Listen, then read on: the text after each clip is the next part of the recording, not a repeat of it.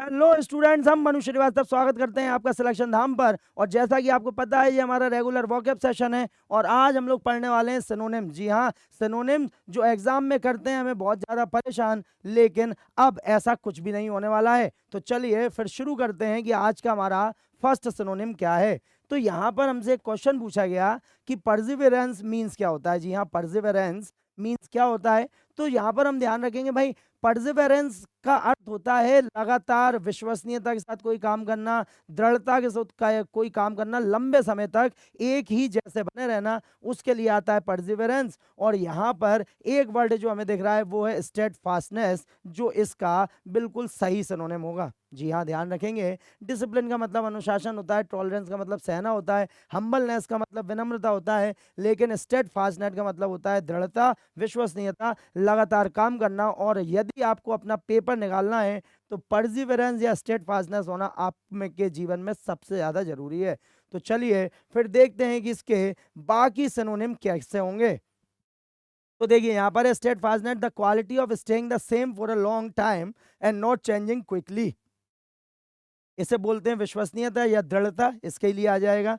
बाकी perseverance means persistence या firmness. जी हाँ, लगातार काम करते रहना, दृढ़ता के साथ कार्य करते रहना, continued effort to do achieve something. Okay, इसलिए हमने बोला कि अगर जीवन में पेपर निकालना है तो परसिवेरेंस का होना बहुत ज्यादा जरूरी है। उसके बाद है डिसिप्लिन। डिसिप्लिन का अर्थ होता है भाई अनुशासन, control, regulation, the practice of training people to obey rules and behave well. अनुशासन जिसे हम बोलते हैं वही इसके लिए आ जाएगा। उसके बाद है टॉलरेंस। तो आपने देखा होगा सरकार कई बार बोलती है हमारी आतंकवाद के खिलाफ जीरो टॉलरेंस, मतलब हम बिल्कुल भी सहेंगे नहीं, 1% भी नहीं सहेंगे। तो फोरबियरेंस और sufferance, the capacity to endure pain और हार्डशिप, सहना किसी चीज को, उसी के लिए ये वर्ड बार बार आता है। उसके बाद है humbleness. So what is the mean of humbleness. Humbleness का मतलब विनम्रता होता है। तो मॉडेस्टी और humility, the good quality of not being proud और not believing that you are important, इसी को बोलते हैं हम विनम्रता। ठीक, जरा जल्दी से इसे नोट डाउन कर लीजिए जिससे हम आगे बढ़ पाए। उसके बाद है एमेंड। जी हाँ, so what is the mean of amend. Amend का क्या अर्थ होता है। तो यहाँ पर हम ध्यान रखेंगे, एमेंड का मतलब होता है संशोधन करना। संविधान में अमेंडमेंट्स होते हैं हमारे, तो एमेंड का मतलब सुधारना होता है। तो हार्म का मतलब नुकसान पहुंचाना, एम्पेयर का मतलब जुड़ना, वर्सन का मतलब बदतर हो जाना, बेकार हो जाना। तो यहाँ पर एक वर्ड हमें मिल गया है रेक्टिफाई। जी हाँ, क्या मिल गया है, रेक्टिफाई। रेक्टिफाई का मतलब भी किसी चीज में संशोधन या उसे सुधारना होता है। तो जरा जल्दी से देखते हैं कि क्या क्या वर्ड इनके आ रहे हैं। जी हाँ, रेक्टिफाई, टू करेक्ट समथिंग। जी हाँ, to correct something that is wrong, सुधार करना। एमेंड, एमेंड का अर्थ होता है revise, alter, to change something slightly in order to make it better, संशोधन करना। तो रिवाइज और ऑल्टर एमेंड के सही सिनोनिम्स हैं। बाकी रेक्टिफाई उसका ऑलरेडी एक सिनोनिम हम बता चुके हैं आपको। उसके बाद है हार्म। तो हार्म का मतलब होता है किसी को नुकसान पहुंचाना। तो हर्ट करना, इंजोर करना, टू कॉज इंजुरी और डैमेज, नुकसान पहुंचाना।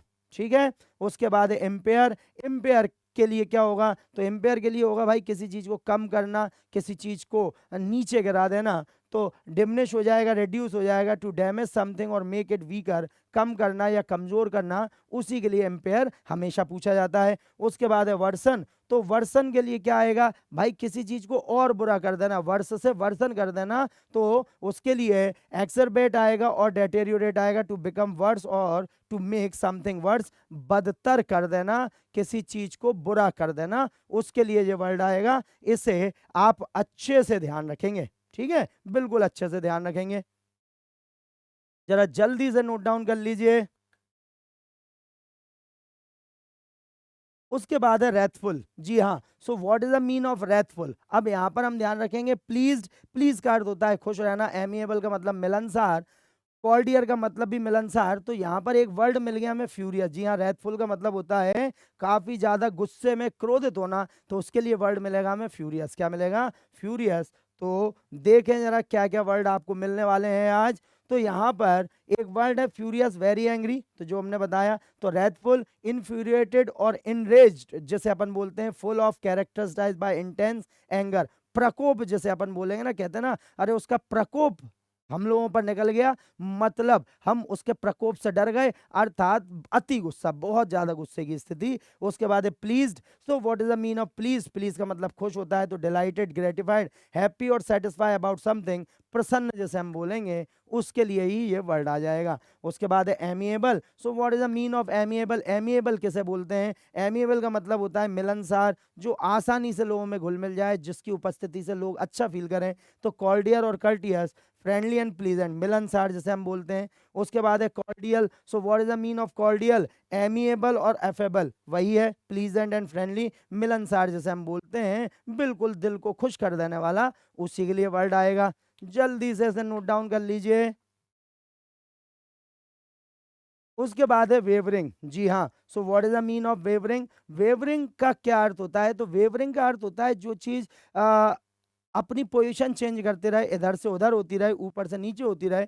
तो यहाँ पे सिकली का मतलब बीमार होगा, ड्रेंचिंग का मतलब भीगा हुआ होगा, अनकन्विंसिंग का मतलब जो तैयार ना हो। तो यहाँ पर एक वर्ड मिल रहा है हमें, फ्लैक्चुएटिंग। जी हाँ, कोई भी चीज जैसा शेयर मार्केट इस समय फ्लैक्चुएट कर रहा है, तो मतलब इधर से उधर, ऊपर से नीचे हो रहा है, तो उसी के लिए जो वर्ड आ जाएगा। तो यहाँ पर हम अगर देखें तो देखिए, fluctuating, to change frequently from one thing to another, उतार चढ़ाव जैसे हम बोलते हैं, उसके लिए ये वर्ड आ जाएगा। वेवरिंग के लिए फ्लिकर और विंक जो हैं बदलते रहने के लिए। टू बिकम वीक और uncertain specially when making a decision और चॉइस, ढुलमुल रवैया जैसे अपन बोलते हैं, उसके लिए आ जाएगा भाई, कभी इधर है कभी उधर है। ओके। उसके बाद है सिकली। तो हमने आपको बताया सिकली का मतलब बीमारी से मतलब है, तो अनहेल्थी और फ्रेल, कमजोर, वीक एंड ऑफन इल, तो बीमार या कमजोर जैसे हम बोलते हैं, उसके लिए होगा सिकली। उसके बाद है ड्रेंचिंग। तो ड्रेंचिंग का मतलब होता है भाई भीगा हुआ, तरबतर, ड्रेंच हो गया, ठीक है। तो इनंडेट और सैचुरेट, जी हाँ बिल्कुल, सोक, बिल्कुल भीगा हुआ। To make somebody something completely wet, भीगा हुआ जैसे हम बोलते हैं।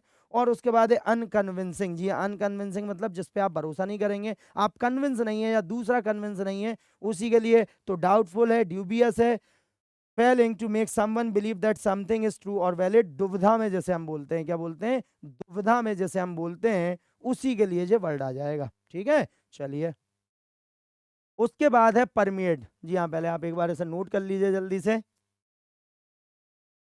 ओके। उसके बाद है परमिएट। जी हाँ, what is the mean of permeate? Permeate का क्या अर्थ होता है? तो भाई परमिएट का क्या अर्थ होगा? परमिएट का मतलब होता है किसी भी सतह के अंदर चले जाना, ठीक है, उसी को परमिएट बोलते हैं। परमिएबल आपने क्वालिटी सुनी होगी, जैसे किशमिश होती है, ठीक है। तो या फिर आप किसी भी ड्राई फ्रूट को रात भर पानी में डालो तो सोक हो जाएंगे, परमिएट कर जाएगा, पानी अंदर चला जाएगा।